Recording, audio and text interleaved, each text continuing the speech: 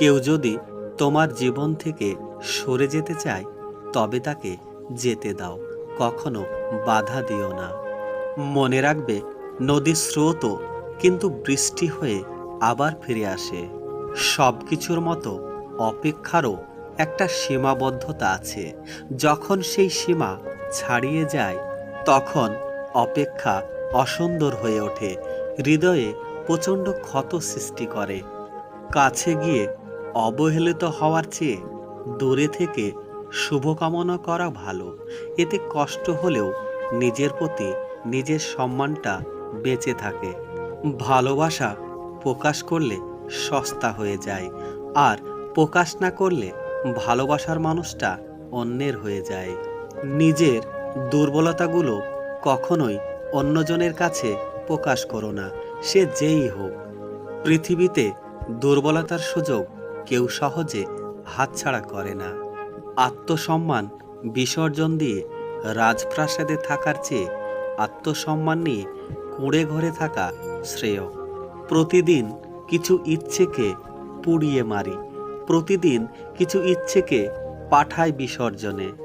ভালোবাসা ভীষণ প্রতারক, হৃদয় ভেঙেছে যার সেই জানে।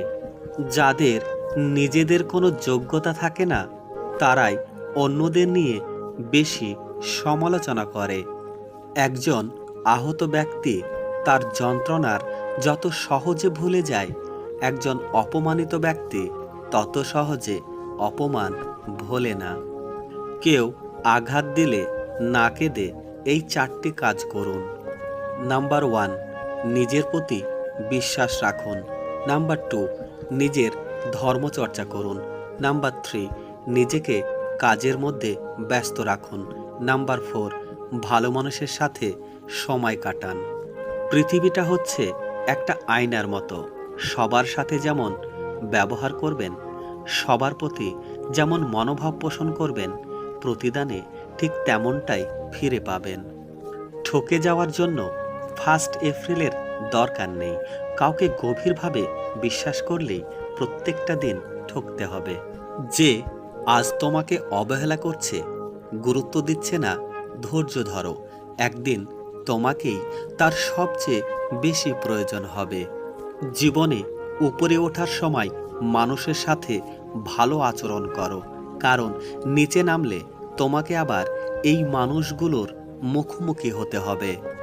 আমরা যে জিনিসটা পাওয়ার জন্য সর্বোচ্চ কষ্ট সহ্য করতেও রাজি থাকি, সেটা আমাদের নাগালের বাইরে থেকে যায়। সম্পর্ক যখন গভীরে চলে যায়, ঠিক তখনই পরিবারের সমস্যাগুলো বিচ্ছেদের কারণ হয়ে দাঁড়ায়।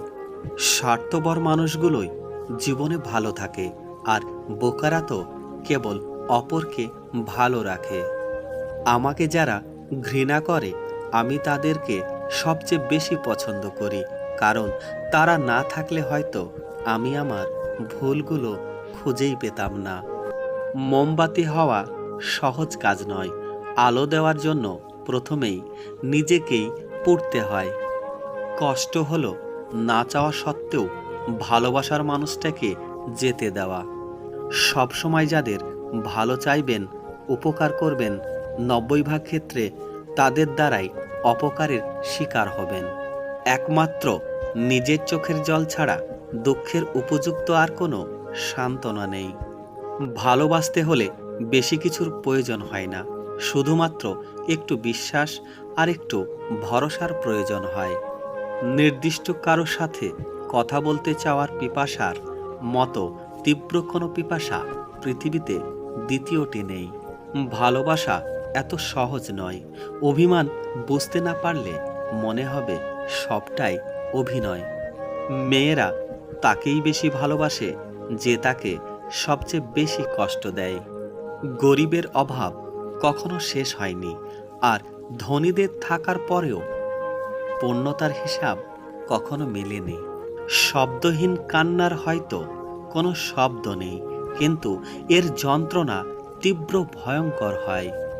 চোখ অনেক কিছু বলে দেয়, শুধুমাত্র দেখে পড়ে নেওয়ার অভিজ্ঞতা অর্জন করতে হয়। যদি জীবনে সফল হতে চাও তাহলে টাকাকে সবসময় পকেটেই রাখো, মাথাতে নয়। কারণ টাকার চিন্তা সবসময় মানুষকে লক্ষ্যভ্রষ্ট করে। মানুষ জীবনে যতটা সুখ দিতে আসে তার চেয়ে অনেক বেশি দুঃখ দিয়ে যায়। যন্ত্রণা সেটা নয় যেটা আমরা বহন করি, যন্ত্রণা হলো সেটা যেটা আমরা গোপন করি। একটা সম্পর্ক কতটা মজবুত সেটা খারাপ পরিস্থিতি আসলেই বোঝা যায়। সবচেয়ে সহজ কাজ হচ্ছে অন্যের সমালোচনা করা, আর সবচেয়ে কঠিন কাজ হচ্ছে নিজেকে সংশোধন করা।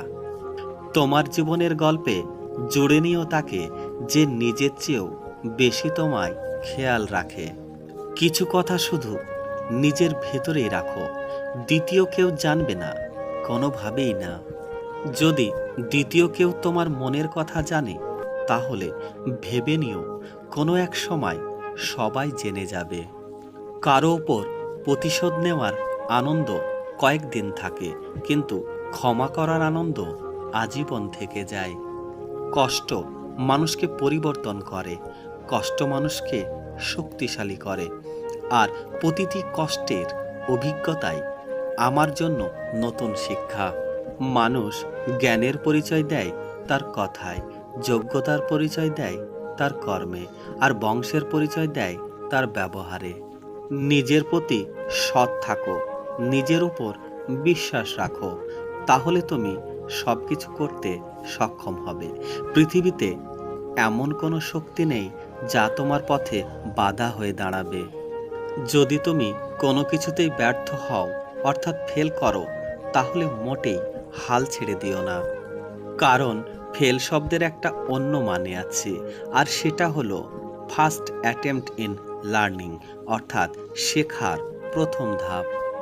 ভিডিওটি আজ এই পর্যন্ত। সকলে ভালো থেকো, সুস্থ থেকো। ধন্যবাদ।